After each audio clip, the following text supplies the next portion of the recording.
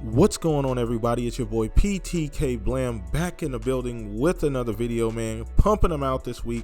Got a lot of free time, so appreciate you guys for checking out the new content, the new videos. Gonna be putting these videos out a lot more frequently, man. You guys do enjoy them, so once again, appreciate you guys for checking us out. Before we dive into today's content, once again, hit the like button, subscribe. Thank you guys so much for all of the support on the Shot Podcast as well. Brand new episode tomorrow, but let's dive into today's content. We cannot wait any longer. So today we're talking about Halo, and I know you guys see the thumbnail and you're like, Blam, what is going on?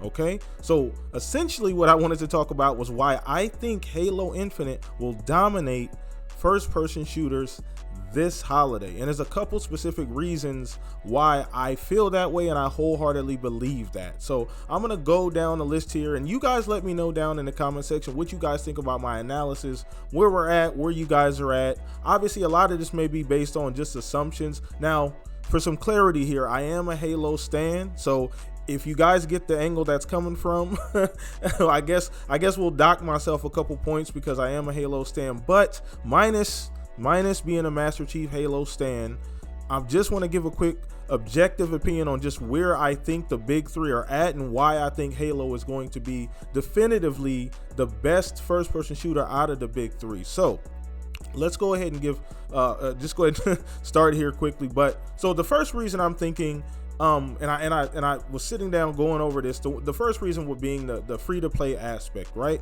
The free-to-play aspect, the fact that it's going to Game Pass day one. It's a numbers game at the end of the day. Now, we can't discount Call of Duty because we do this every year with Call of Duty. Everybody says, well, I'm done with Call of Duty. They're not innovative. You know, I'm done with them. They're not doing anything new. Oh my God, they went back to World War II. Next year rolls around, they've sold 30, 40, 50 million copies of whatever COD came out. So we understand where COD's at, and I think we all understand what's going to happen. Now, this COD is a bit different. Like I said, this one, the World War II aspect holds it back. I think generally, even COD fans don't want to go back to that era, so I think that's going to hold it back a little bit. I think it still will sell ultimately, and I think the way the beta's performing atrociously on a lot of different platforms, it doesn't stand out. I mean, there's nothing that stands out about that beta at all. It barely runs. I've seen so many videos.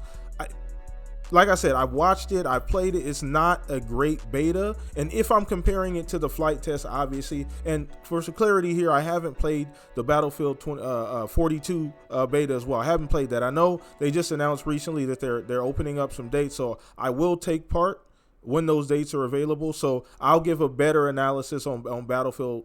But from a con standpoint, just for me personally, I don't think it's providing anything new this year. And we got to really understand where Halo came from. You know, we've 12 months ago, 343 was buried under Craig. They were buried under a lot of what happened when they first revealed the game. A lot of people weren't happy with the game. Now, understand, a lot of people, meaning the vocal minority, weren't happy with the game, with the way the game looked, said it didn't necessarily stand out too much. Maybe it leaned a little too much on the classic Halo. I like the classic Halo, and a lot of people didn't like that for whatever reason. So, but I can't deny that after that 12 months, we've got a far more polished product. I mean, I can't deny that.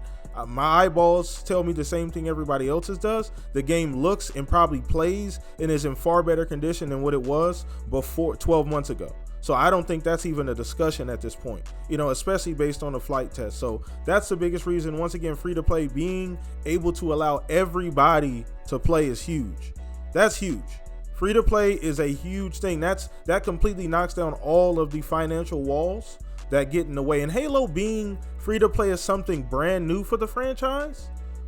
That's intriguing for Halo. You know, a lot of people talk about same old Halo, same old Halo. They have a completely different approach this year with Halo Infinite. Essentially, they got a Destiny-like, might I say, 10-year roadmap for Halo. So you're talking about content on DLC. Halo's never had DLC. The closest thing to DLC in Halo was ODST, and that doesn't even count as DLC. So I think it's intriguing that they're going this route with free to play and having this long extended like seasons.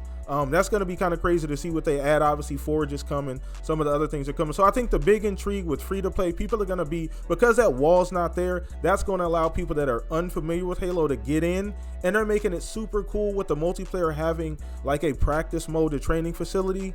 That's gonna Academy essentially. I think that's what the name is. That eases people in. It gives you a good way to play. You get up to speed without being thrust into the wolves like Call of Duty. Essentially, so the learning curve is not as steep. Although I do think Halo is a harder shooter to play or be good at than the other two. But either or, I think that's another big reason as well, the free-to-play aspect, as well as I just think it's going to be the most polished. It's shown to be the most polished of the three at this current point, at its current state. It is not necessarily the closest one to come out, but it's shown to be the best looking one and most polished. Now, we're not necessarily including campaign in this debate. I know a lot of people might bring up campaign. Well, it's not a complete game.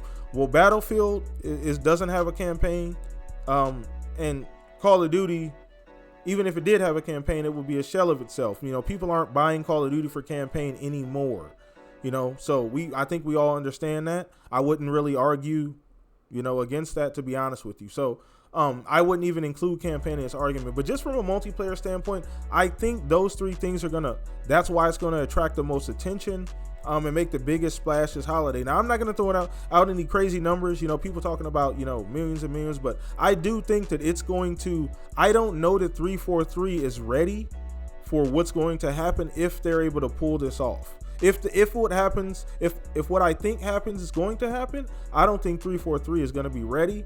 And that's a good thing. I'm not saying it's a bad thing. Now, obviously, from a hardware standpoint of being a gamer, we want to play day one, and hopefully with none of these games, when they do drop and they're ready to go, have any day one issues, because that always can derail any game.